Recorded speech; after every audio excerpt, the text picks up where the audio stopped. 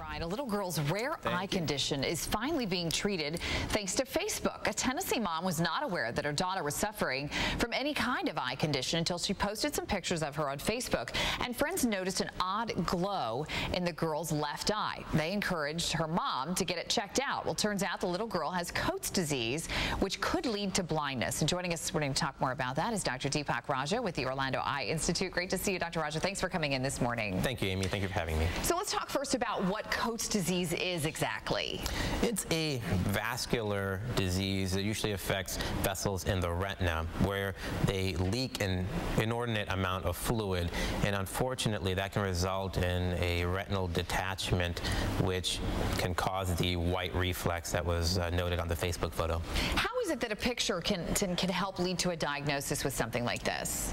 Well, typically, and we've all had photos where they didn't seem to come out quite right and they've had this red eye. There's even photo software you can get rid of that red eye. But it's actually a normal process where when light enters into the pupil, it reflects off of the retina, which is normally a reddish-orange color. And so that's a normal issue. However, in this little girl's case and in other patients, if there's some sort of abnormality in that process, a cataract, a tumor such as a retinoblastoma, or in this case Coats disease, it may reflect back in a whitish manner. And that can be readily evident on a photo.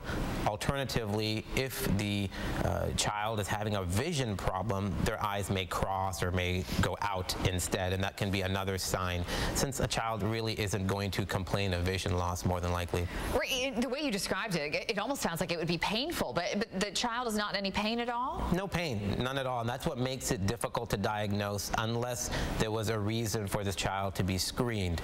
Typically, when children are born, they do see their pediatrician early on in the process, and this is why it is important to see your pediatrician, and they will screen for this white reflex. With Coats disease, because you are not born with it, I could see where it might have initially been fine and then developed over time, and then it was then noticed on this Facebook photo. It is treatable, however, is that right? How is it treated? It is treated, it's treatable. If you can use laser, perhaps even this freezing device called a cryoprobe, you can try to make the vessels stop leaking the fluid and hopefully help that detachment resolve. Surgery can sometimes be necessary in some cases.